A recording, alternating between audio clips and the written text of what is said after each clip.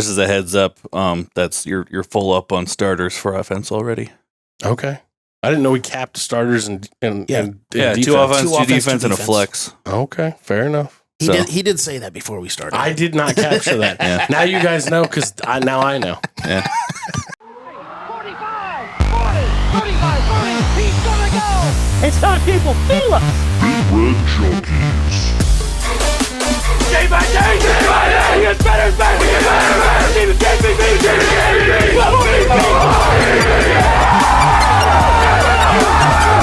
If we die, we die! Man, woman, and child in that. Put them in the aisle. Bring that trophy back to Lincoln! Welcome into a special edition of the Big Red Junkies. I am BJ. This is Jed. This is Matt. Today we are drafting. Drafting. You might be wondering what we're drafting because it is the middle of July and there's not a draft coming up anytime soon. Well, there is today. We are doing a fantasy draft like you've never heard of or seen before. Husker players only. This is Jed's thought, baby. Husker players only. The rules are very, very simple. Minimum 10 snaps a game. Their total PFF grade for the game overall is going to be how they are getting their points. That's going to be their points for the week. So we're going to pick, what are we picking? Five guys and 3 bench? 5 starters, 3 bench, yeah. 5 starters, 3 bench. And we'll be upgrading these scores and keeping track of this, posting out that BJ is kicking everybody's ass all season long. Because we should have done the wheel draw on camera, but Jed did it before he even got here. We can redraw if you'd like. I happen to get first pick. No, I'm very happy with how it turned out. I happen to get first pick. And I'm going to go ahead and spoil it and tell you guys that I'm taking Dylan Raiola, number 1. Overall. Shocker. Tell me that wouldn't have been your number 1 pick. It would not have been my number 1 pick. For real? Yeah. I'm very interested to see how this goes. Now I feel like I made a mistake. No, He's committed. I mean, it's the quarterback. But, again, when we're scoring it the way that we're scoring it, it's not your traditional fantasy league stuff where you get points for yards and touchdowns and all this other stuff.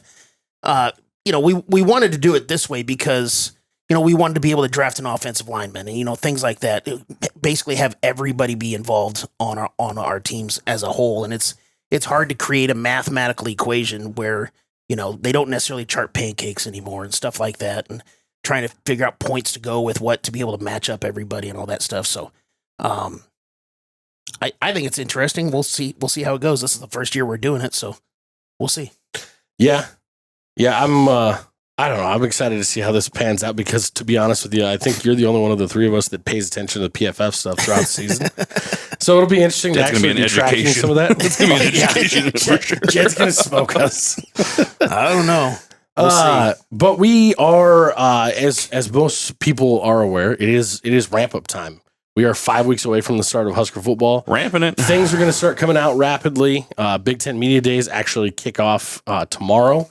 Nebraska goes at, I believe, 2 o'clock? Something like that. 2 o'clock in the afternoon? 2:30, something like that. We're 2 time slots behind Ohio State, I believe, is what I saw. 2 or 3. But, it's starting to get rapid. It's going to be on top of us before you know it, and we want to make sure you guys don't miss any of our content as it ramps up as well. Please, please, please like, subscribe, share, follow, hit that notification bell if you have us on YouTube. Would love to be able to get some comments in the comment section as well. Let us know how stupid it was for me to take Raiola number 1. If you understand Pro Football Focus grades, drop who your top 5 picks would be in the comments. That'd be awesome. Or if you don't, that'd be fun too. I don't care. You don't have to understand Pro Football Focus grades because I sure don't fucking understand them. And I don't know. It goes from 0 to 100, right? Yeah. Well, and we say this all the time. There are a lot of people that shit on Pro Football Focus for a lot of different reasons, and I'm not saying that they're entirely wrong, but the grading is the same for everybody. So whether you like the grades or not, they score the same for everybody, so it's at least equal. Whatever. It's interesting because they just did their Nebraska preview, and they talked for probably, I think it was a 15-minute segment, and they talked for probably 8 of that about Dylan Raiola and the different grades that he hit, the different metrics that he hit last season, that actually people looked at everything across the board. They're like, actually, he had a really good season for a true freshman quarterback. He did. Especially when you factor in, and that's without factoring in, but then you factor in the fact that he was in the Big Ten playing in one of the 2 top leagues in the Wow, my words are not working well for me tonight in the country. Without further ado, let's jump into this. I've already got Dylan Raiola on the board. Mm-hmm. Matt's got it in stone over here. Well, I didn't even write that down. We're gonna double team this one. It's great. I got the second pick, and I'm gonna take the actual best player that's returning from last year as my number one overall, Luke Lindenmeyer. Yeah, you took my pick. Yeah, he had the top score, both offense and defense. As far as qualifying snap counts, and especially with what he was able to do, the production he had the last 5 games of the season. After the 1 week before Holgorsen came in, but ever since Holgorsen came in, he's going to be the dude at tight end. And I think he's going to have a good year again. Yeah, I mean he's not competing as much as he was last year. So no, well, yeah, he was stuff. the 3rd or 4th string guy last year. Yeah, if he's the dude, if Heinrich Harburg's the dude, if Carter Nelson ends up coming back and actually taking over, and all signs are pointing to he just ran in the race on over the weekend, or at least ran into the stadium with the guys over the weekend, looking real good, and told the news reporter that interviewed him that he's expecting to be ready to go by next week for practice. Hopefully. So if he's a full go, that might throw a giant wrench in that Luke Lindenmeyer pick, is my hope. Huh? As long as he still gets 10 snaps a game, I don't care. You'll be golden. You'll be golden. All right, Jed, you have the next 2 because we're doing a snake. Yep. My first pick is going to be Dane Key. He wasn't here last year, but according to the numbers, what he had at Kentucky, he would have been in the top 10 for receivers in the Big Ten last year. So, and obviously with a bullet, the number 1 receiver for Nebraska. I think it's kind of an obvious pick that, I would have taken Lindenmeyer, but Dane Key is right there. So I'm going to take Dane Key. I heard somebody say this weekend on one of the national shows that was doing some Nebraska stuff. I heard that, I think it was Cover 3, actually. They were doing something. They mentioned that they'd seen a couple different metrics that had him in the top as the number 3 or 4 wide receiver in the SEC if he had stayed this year. Oh, yeah. So for people that are still questioning whether or not we upgraded at the wide receiver position, that should tell you something, because there's typically 15 wide receivers drafted out of the SEC every year? Yeah. Somewhere in that neighborhood? Yeah, At least. a lot. At least. Yeah. That's pretty solid. Pretty solid company. Jed, who's next? First pick of the second round, I got to go, and Papa Shavers, you might be pissed that he didn't go in the first round. I'm sorry, but I'm going with Vincent Shavers Jr. Second round pick in probably the most competitively loaded room on the team. Yeah. Holy crap. Well, as long as he gets 10 snaps in. That's a bet right there. Oh, yeah. He's going to be playing. And again, he finished the season He finished the season playing more than he had all year. And, I love that 71.2 number against Boston College. I'll take it. I love it. Hell yeah. I love it. So it's me next, right? Yep. I'm going to go back to the offensive side of things, and I'm going to take who I expect to be our best lineman this year, Elijah Pritchett. Okay. That's an interesting one. I like it, though, because I had Rocco Spindler coming in at my number 2. There you go. So I think Rocco Spindler is going to be that guy that not only did he kind of get almost pushed out of Notre Dame on a national championship playing team, or told he wasn't going to hold his spot. Then he leaves, he goes and makes this big grandstand about Nebraska being a better place to be than Notre Dame. And then the guy who backed him up, or the guy that was taking his spot at Notre Dame, has a season-ending injury in the middle of the summer, weightlifting. Oh, I don't think it's season-ending. He just broke his arm. Oh, I thought I heard that he was done for the season. I mean, I haven't looked into it, but regardless, doesn't matter. He's got a lot to put out there and prove just to himself and to his doubters up there in Notre Dame country. Yeah. I think that dude's going to have a hell of a season to get himself drafted. Mm-hmm. So you're taking him number 2? I'm taking him number 2. All right. Who's your number 3? My number 3 is going to be my guy, Ja'Cory Barney. Yeah, that's a good one. I think Ja'Cory Barney is going to be a bit of a shapeshifter this year. I think he's going to go from being that gadget guy last year to, he had a lot of, he probably ran for 1,000 yards behind the line of scrimmage last year. It felt like if he actually gets some downfield stuff, Dylan and him have an extreme connection. They're doing, TikTok dances. Him and Emmett Johnson and Dylan Raiola are doing their TikTok dances all over the place, and they just seem to have an excellent chemistry. Not to mention, he seems like he is the most loved and happy person on the entire football team.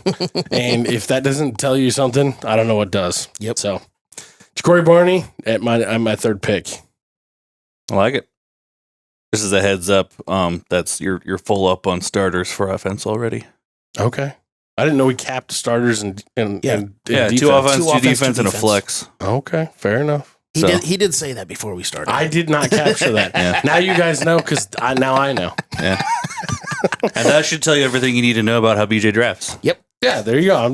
If you think I'm sitting behind this computer reading anything, you're wrong. It's not even on. Screen doesn't even matter. It doesn't even work. All right, I'm going to go out on a limb for my next one because I think he's going to be having a big breakout season this year. I'm taking Van Poppel Nice. for my number 3 pick. Wow. I like it. I like it.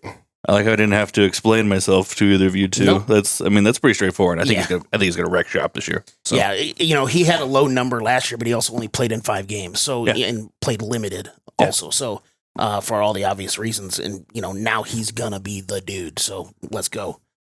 My next pick is going to be also on the offensive line, and I'm taking the guy that is the highest rated returner on the offensive line, and that's Henry Lutovsky. I actually saw a publication that actually had him as a 3rd-team all-conference guy.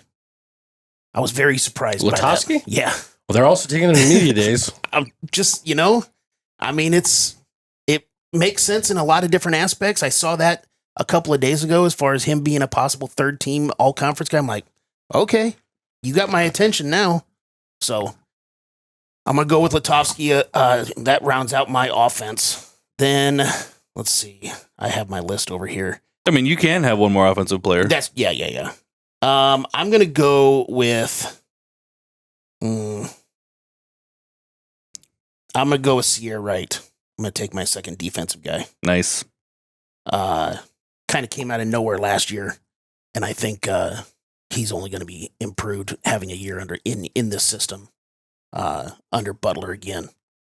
Yeah, he was kind of a wild card last year on whether or not he was going to be explosive. So I think that's a great pick. Well, and especially going into the year with all the hype around Tommy Hill and everything else, the thought process of if Tommy Hill got injured like he did, what is behind him? Of course, everybody brought up Bly Hill, and then he got injured in the spring game and all that stuff. But we were worried about the depth behind somebody like a Tommy Hill, and for Sierra Wright to come in and do what he did last year. Let's go. Let's go. I'll take it. Let's I'll go. take it. Going to my next one here. Sticking with the defense, I'm taking Cam Lenhart. Nice. Need him to step up. Yeah, that was kind of my He big needs to have a thing. big season. He needs to be a leader on the D line. Mhm. Yeah. So And I think he's going to be, but I also think he's that walk quiet, carry a heavy stick kind of a guy. At least that's my hope. I hope he just is the heavy stick. I think the small but heavy stick that I'm going to take with my next pick did not mean for that to rhyme the way it did. But I'm still stuck on you This saying is butt a heavy weird. stick. Yeah, this is a weird. Whatever. Marques Watson-Trent is the guy who is coming in that is not well known by anybody around these parts other than for beating Nebraska 2 years Did you ago. just look at my screen? Is that why you picked him? No, I did not. Fucker. He's got to look. He actually comes in with an overall PFF grading from last year as number 2 returning in the Big Ten. Yeah. For all linebackers. Yep. There you go. But he is undersized for playing in the Big Ten. Mhm. He is only 5'11". He is a little dude compared to the other guys that are in that room that are equally talented as him, or if not more. But he's just a He ball just hawk. has so much more experience. Yeah. He would be what did they say? If he had been at Nebraska his entire career with the stats that he has, he'd be passing Bo Rude for the most tackles in Nebraska history this year. The guy's a dude. And I think just when it comes to playing sound, solid football, he might not get nearly the opportunity on the field this year that he's used to. But as long as he gets 10 snaps, I'm expecting that grade to be up there. Yeah. That's completely fair. You You got another one. for my last pick, and I have to go. It's not your defense, last you pick. said? We got 3 more after this. They're just bench players. Okay, So, okay, but as far as starters, I have to go defense still, right? You don't have to. Isn't that what you said? You can pick an offensive player if you want. I have to go defense, right? You have As a far as defensive spot starters. left. Yeah. Yeah, you have Yes. to go defense. Yes. I think I'm going to go ahead and go with our boy. Crap, brain farting, and I lost my page that I was on. It's going to make me mad.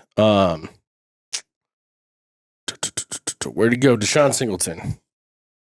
KeShon Singleton didn't have an amazing overall grade last year, but I think he was also playing in a little bit of a scattered backfield when it comes to the positioning of some of the guys that they weren't getting all the support that they needed and everybody wasn't in the right spots all the time.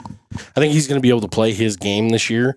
And there's a really, really strong reason that he stayed at Nebraska and has a lot of there's a lot of faith in him, and he has a lot of faith in what John Butler's going to do with this defense. I think he's going to be awesome and get himself drafted this year. He's another one that needs to be awesome and get himself Yes. drafted this year. Yeah. He has been underwhelming the last couple of years. It's him and Keese back there as the old dogs in that room. Yeah. Yeah. They got to do it. He's got to be a leader back there. Next pick for me, and I'm almost shocked he's still on the board. I'm taking Emmett Johnson. I think. I was sitting there, I was like, how the hell is Emmett Johnson still sitting His here? PFF rating Yeah. was low last year because of how they used him, in my opinion. So I think because he's going to be the guy this year, at least I assume he's going to be the guy this year, he's going to have a better opportunity to do more stuff, and I'm excited to see what happens. Let me ask you this about Emmett Johnson, because this was actually the reason I held off on him. I originally had thought in my head it was going to be Raiola, Emmett Johnson, number 1 and number 2 for me as far as like offense taking. Mm-hmm. But I bailed on him from the simple fact that he got really poor pass blocking grades last year, which drug like a lot of his overall grade is drugged down from that. Yeah. Like he scored in like the His pass blocking grade is 8.3. Yeah. I was going to say low teens because I couldn't think of it off the top of my head. And it's like I said, really my bad. computer screen's not even on. But it Well, was, even his run blocking grade is 38.1. yeah, So, which I don't know how you get a run blocking grade as a running back unless Yeah. you're quarterback scrambling. That's it. But no, as far as that goes, I question that part of his game. I also question how much they're going to make him block this year, which might really improve his score. But I do feel like Dylan's going to be throwing the ball around a lot more, and he is going to be expected to be back there. That's why I held off of him. That makes sense. Good pick, Matt. Yeah. All right. Yeah, good pick, Matt. Taking my pick again. Jed's running out of people over here. No, I'm not. So that's the problem with the draft there, Jed. I got people. I'm not worried about it. I got people. I'm gonna go.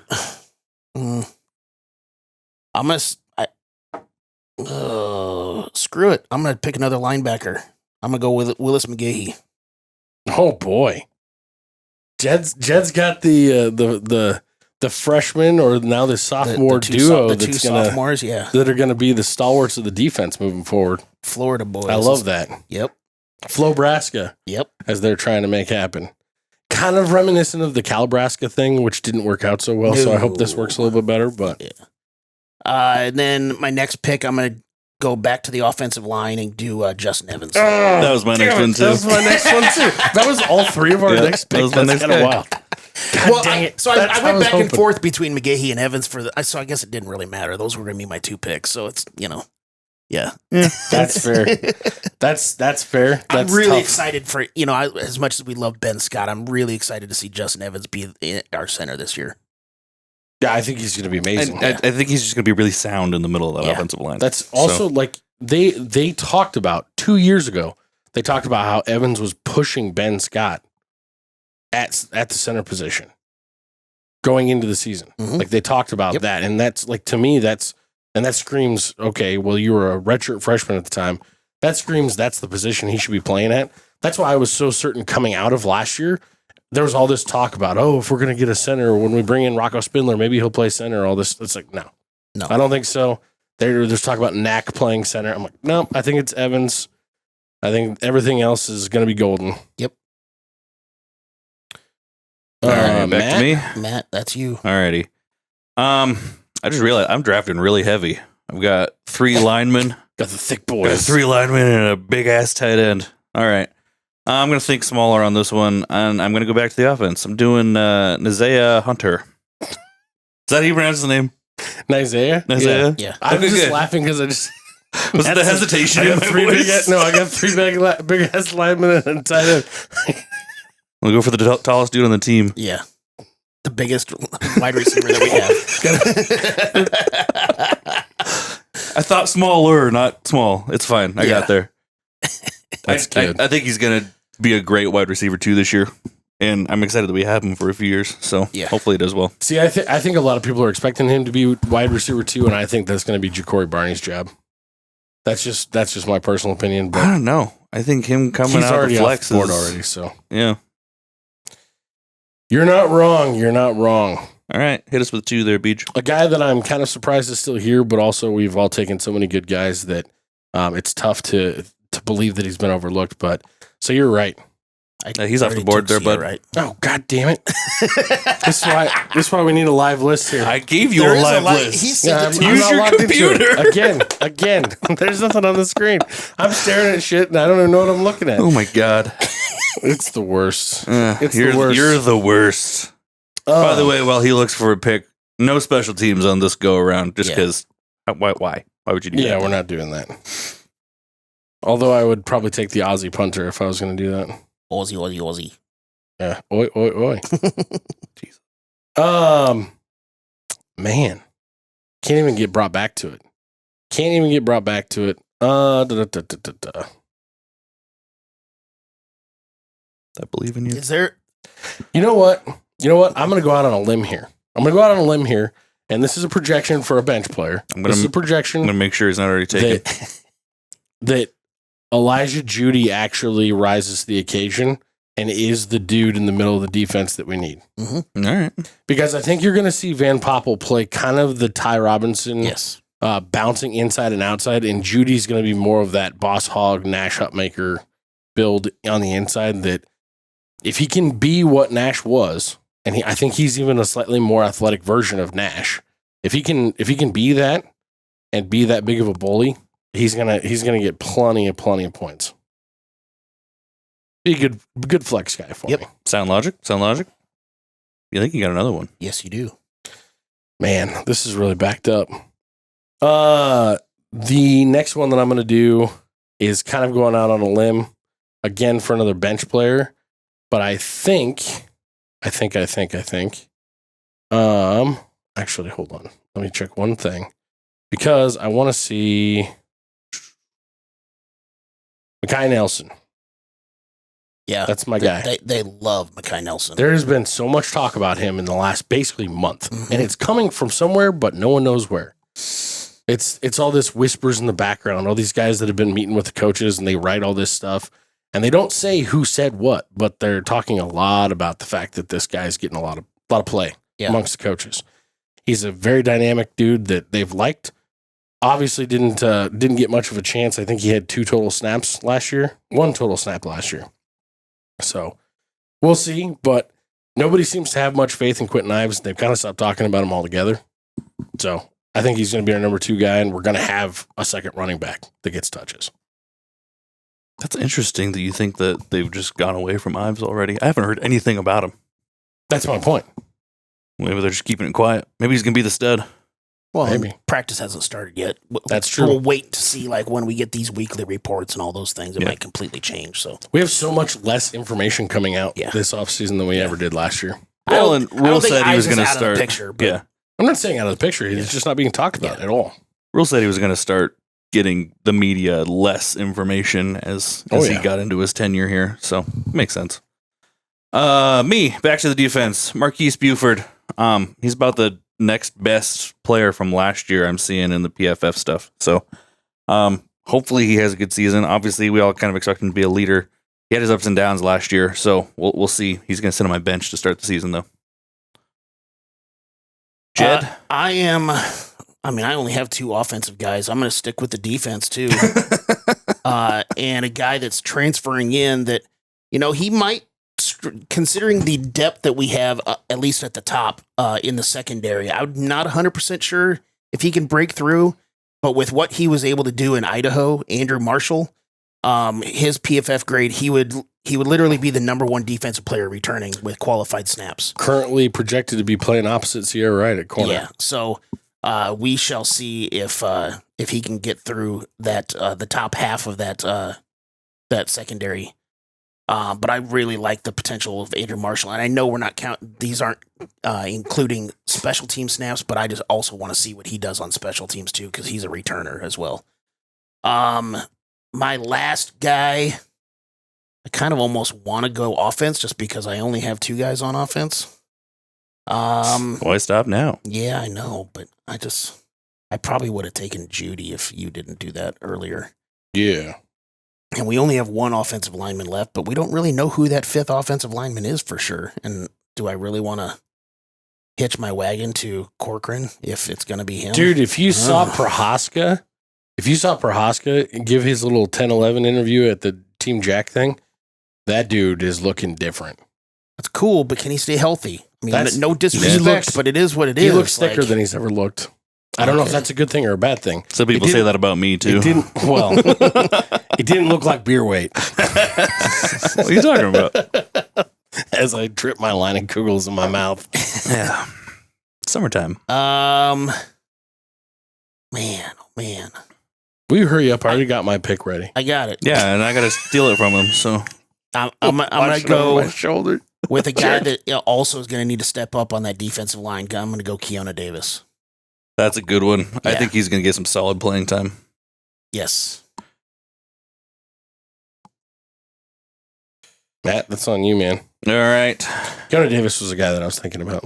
I'm going out on a limb for this last one. Obviously, I get it's a bench player, but if he starts to have a great season, he'll be sitting there waiting for me.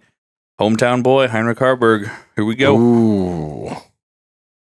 It's a good pick. Yeah. I think he could be a breakout at tight end. That's my one thing. If they did get his body in the right place, since he is finally just playing a position this year instead of doing that weird flop back and forth that nobody wants to see. Nobody likes to see that floppy thing. I lost my train of thought. BJ, what's your next pick? The final pick is Mr. Darth Vader himself, Deshaun McCullough. Yeah, that's a good one. Didn't grade out super well at Oklahoma, but as we've talked about it several times on this show so far, I'm extremely excited about the versatility of this guy. However, I think that he was over versatily used in Oklahoma, which is part of why his grade out wasn't as good. If you look at especially his stuff in the specifically short yardage run stopping game, he was solely responsible for 3 straight stops in a goal line stand that had Oklahoma beat Texas. I mean, the guy is a big moment dude, and I think if he's given a shot to play a single position, he's gonna get really, really freaking good at it. He's got the body to play in the NFL. He's got the speed to play in the NFL. If he's got the brain, I think he's gonna be a draft pick next year. So Deshaun McCullough to cap it off. Sweet. God, it was down to the end. I'm still excited about the players we're talking about. Well, and it's one of those things too where I started getting into this. It's funny when we're talking about bench players, but it's like there's like 7 guys that I'm really like I feel like could be right there. I don't know. There's when you start to look across the board, and we want to get into other shows to do this, so we're not going to burn a bunch of it. But I'm excited about a lot of high ceiling guys on this team this year. Well, and that's one of the big things coming into this year. We're replacing a lot of guys on defense specifically. A lot of guys that had a lot of fucking snaps. Yeah. And bringing in a lot of guys that don't have as many snaps. But the upside of all of these guys is to the moon. I mean, it's we saw it against Boston College where there were a lot of players that stepped up and you said, "Oh my God, that guy's coming back next year. He's a young kid, and we get to see him again, and this is going to be exciting." Yeah. That was one of the best parts about the bowl game, other than obviously winning. But people can shit on bowl games all they want to, but man, that was fun to watch. Not just for all the obvious reasons, but you saw a lot of young guys doing stuff that you can see doing it here for a long time. Some flashes that you're like, fuck yeah, let's Yeah. go on. And this may be the most unbelievable night in Cornhusker football history.